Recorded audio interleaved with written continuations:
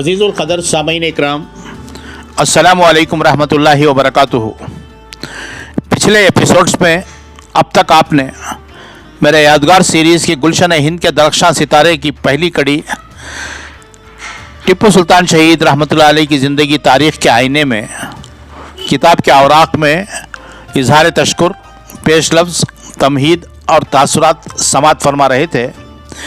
آئیے اب اس ایپیسوڈ میں ٹیپو سلطان شہید رحمۃ اللہ علیہ کی زندگی تاریخ کے آئینے میں کتاب کے صفحے 24 تا 28 میں خاندانی پس منظر، نواب حیدر علی کی شادی اور اولاد، ٹیپو سلطان شہید رحمۃ اللہ علیہ کی پیدائش اور بچپن کا تذکرہ سماعت فرمائیں۔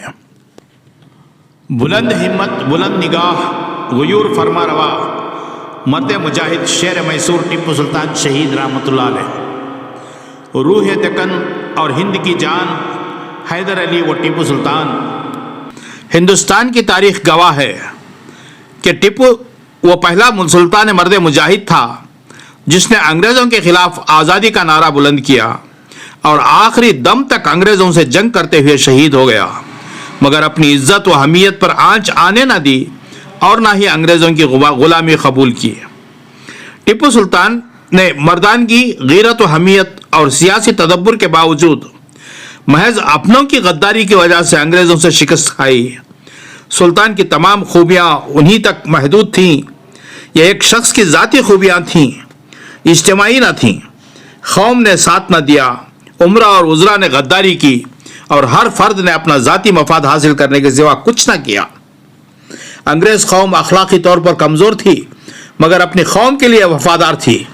اسی لحاظ سے سلطان کا انگریزوں سے مقابلہ ایک فرد اور ایک قوم کا مقابلہ تھا۔ سلطان کے بہترین دوست غدار وطن میر صادق، میر غلام علی لنگڑا، میر قمر الدین، میر معین الدین وغیرہ در حقیقت سلطان کے دشمن اور غدار تھے۔ وہ آستین کا سانپ ثابت ہوئے۔ آنے والی نسلیں ان پر ہمیشہ لعنت بھیجتی رہیں گی، ہمیشہ لعنت بھیجتی رہیں گی۔ خاندانی پس منظر۔ ٹیپو سلطان شہید رحمۃ اللہ علیہ کے دادا، جن کا نام فتح محمد تھا، صوبہ سرا کے حاکم نواب درگاہ قلی خان کے دربار میں فوج میں ایک اہم عہدے پر مامور تھے۔ یہ ایک جنگ میں وہ شہید ہو گئے۔ ان کے 3 بیٹے تھے، حیدر علی، ولی محمد، شہباز احمد۔ ان تینوں نے شمشیر زنی، گھڑ سواری، تیر اندازی، نشانہ بازی اور دیگر جنگی فنون میں کمال حاصل کیا اور میسور کے راجا کی فوج میں بھرتی ہو گئے۔ بہت جلد اپنی خداداد صلاحیتوں کی بنا پر ٹیپو سلطان شہید رحمۃ اللہ علیہ کے والد 1761 عیسوی میں میسور کے راجا نے مراٹھوں کے مقابلے میں حیدر علی کو فوج کا سپہ سالار بنا کر بھیجا اور انہیں فتح حاصل ہوئی۔ حسد کی بنا پر حاسدوں نے حیدر علی کے خلاف سازش رچائی۔ میسور کے مہاراجا کی رانی اور ایک ہندو وزیر کھنڈے راؤ نے راجا کو حیدر علی کے خلاف بھڑکایا۔ راجا کی اجازت سے کھنڈے راؤ نے فوج کو حیدر علی کی گرفتاری کے لیے روانہ کیا۔ حیدر علی بہادر اور جانثار سپہ سالار تھے۔ انہوں نے اپنے جانثاروں کو اکٹھا کر کے میسور کی فوج کا مقابلہ کیا اور سری رنگ پٹن پر قبضہ کر لیا۔ اس طرح راجا کی احسان فراموشی اور ناعاقبت اندیشی کے باعث قدرت نے مظلوم رعایا کی نگرانی کا کام حیدر علی کو سپرد کر دیا۔ حیدر علی جو قبل فوج کے سپہ سالار تھے، اب ریاست میسور کے حکمران بھی بن گئے۔ کھنڈے راؤ گرفتار ہوا اور قتل کر دیا گیا۔ اب حیدر علی خود مختار نواب بن گئے۔ نواب حیدر علی دلیری اور بہادری میں بے مثال تھے۔ انگریز اپنی تمام تر صلاحیتوں کے باوجود 1761 عیسوی سے 1782 عیسوی تک حیدر علی کو شکست نہ دے سکے۔ وہ حیدر علی کا نام سن کر لرز جاتے تھے۔ مراٹھوں اور نظام دکن کی سازشیں بھی ہوتی رہیں مگر وہ ان کا کچھ نہ بگاڑ سکے۔